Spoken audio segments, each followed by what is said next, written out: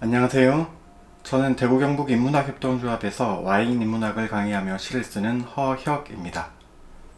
제가 오늘 소개할 책은 바로 잘못된 삶 소송이라는, 내가 태어난 것이 손해이니까 그 손해를 배상하라는 소송을 매개로 장애인의 삶과 사랑에 대하여 변론의 형식으로 글을 써내려간 김원영의 책 실격당한 자들을 위한 변론입니다.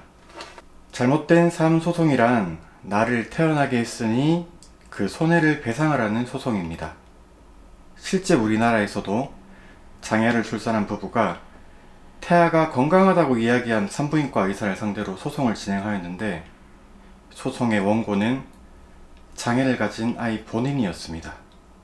부모가 법정 대리인으로 아이의 이름으로 손해배상을 청구한 것입니다. 손해배상 청구 소송의 청구 이유가 기가 막힙니다. 당신의 실수로 내가 태어났으니 그 손해를 배상하시오. 법원은 고민에 빠졌습니다. 인간의 생명이 손해일 수 있을까? 여러분도 책을 읽어보시고 해답을 찾아보시기 바랍니다. 우리나라뿐만 아니라 미국, 독일, 프랑스 등 여러 나라에서 장애를 출산한 부부가 산부인과 의사 등을 상대로 소송을 제기했고, 이는 사회적 논란이 되었는데요. 법학자들은 이런 유형의 소송에 잘못된 삶 소송이라는 이름을 붙였습니다.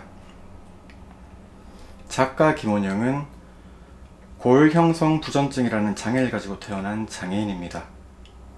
장애로 인해 휠체어에 의존할 수밖에 없는 그는 15살까지 병원과 집에서만 생활했고, 검정고시 장애인 특수학교 일반고를 나와 서울대학교 사회학과를 졸업, 서울대학교 로스쿨을 거쳐 국가인권위원회에서 일했고, 현재 연극 배우로 활동하고 서울에서 변호사로도 활동하고 있습니다. 이러한 그의 경력을 정상인의 시각에서 보면 그가 장애를 극복하고 성공적인 삶을 사는, 장애인들에게 귀감이 되는 삶을 사는구나 하고 생각할 수도 있겠죠. 여러분, 제가 금방 마지막 말한 문장에서 여러분들이 아무런 거부감을 느끼지 않았다면 그런 분들은 이 책을 읽어보시기를 특히 더 권합니다. 어떤 것이 거슬렸을까요? 저는 정상인이라는 표현을 썼습니다. 장애가 없는 비장애인을 정상인이라고 부르는 것은 장애인을 비정상인으로 간주하게 되는 것입니다. 바로 여기서부터 차별이 시작됩니다. 악의가 없다 하더라도요. 그리고 장애는 늘 극복 대상인 것으로 은연중에 우리는 생각하는 경우가 많습니다.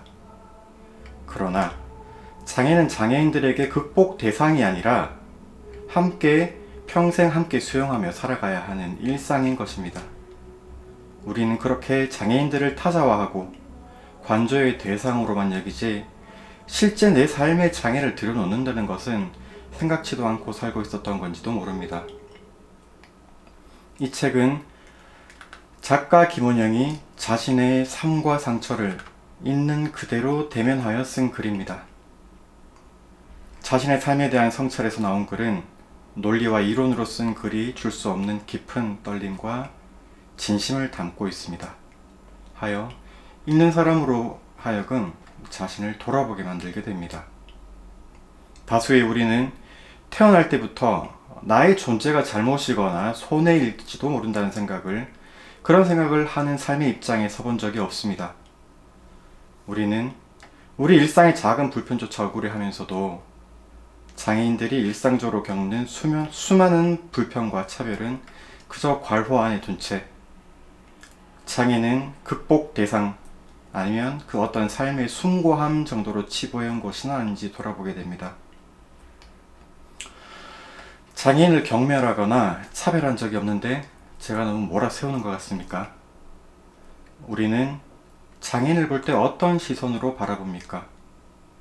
동정과 배려의 시선을 넘어서 함께 삶을 살아가는 수평적인 관계로 인간의 권리 안에 장애인의 권리도 자연스럽게 수렴시키는 것은 장애인, 비장애인 모두의 태도와 실천에 달려 있습니다.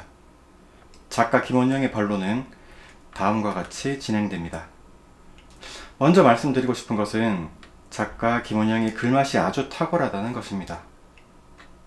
이야기의 전개와 구성, 문체가 탄탄한 데다가 변론이라고 하지만 법적 해석 이전에 본인의 삶이 구체적으로 드러난 글이기에 재치가 번득이고 글을 읽는 맛이 아주 좋다는 것도 미리 말씀드립니다.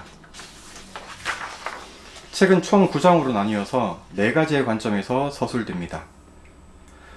인간적 상호작용, 개인의 윤리적 결단, 법과 제도의 관행, 사랑과 예술이라는 특수한 맥락의 4가지로 구성되어서 각각에서 잘못된 삶이라는 관념과 태도에 맞서고 있습니다.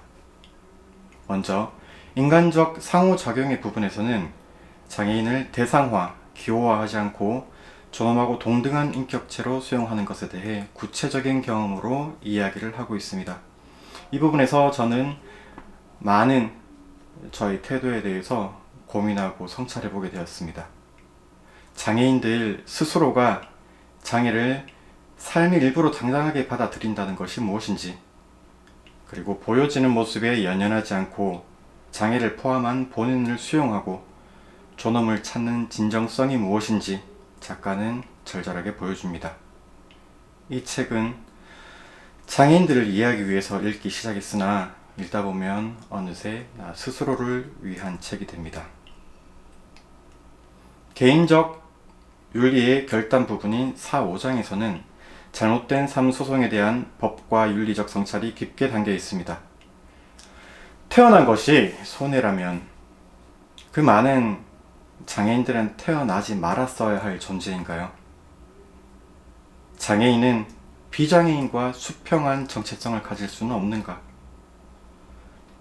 장애를 삶 속에 수용한다는 것이 어떠한 것인지 진지하게 생각해 보게 만듭니다. 그리고 법과 제도에 대해 쓴 7, 8장에서는 장애인들의 기본권 찾기에 대한 구체적인 이야기가 소개되고, 마지막 사랑과 예술의 장에서는 비단 장애인에게만 해당된다고는 보기 힘든 인간의 아름다움과 사랑에 대해 이야기하고 있습니다. 이 책은 변론의 형식을 내세우지만 법률적 논증에 크게 기대지는 않습니다. 그보다는 일상에서 만나는 친구, 연인, 익명의 사람들과의 상호작용에서 일상과 법 집행의 여러 관행에서 잘못된 삶에 대한 생각이 자라난다고 생각하기 때문입니다. 이제는 많이 세상이 좋아졌다고 말하지만 장애인들의 당연한 권리는 그들의 피어린 투쟁과 노력으로 하나하나 쟁취되어 왔습니다. 한 장애 학생이 대중교통을 타기에는, 일상적으로 이용하기에는 장애인들에게는 그것은 거의 불가능한 거 아니냐? 라고 이야기를 했습니다. 그때 그 말을 들은 한 선생님이 이렇게 이야기합니다. 장애인은 대중이 아니니? 그렇죠. 장애인들도 대중입니다.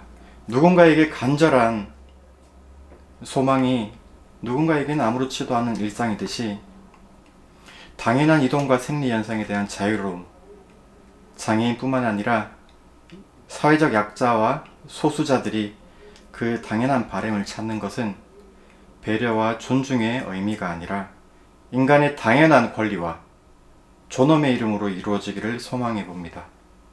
김원영의 실격당한 자들을 위한 변론 꼭 한번 읽어보십시오. 감사합니다.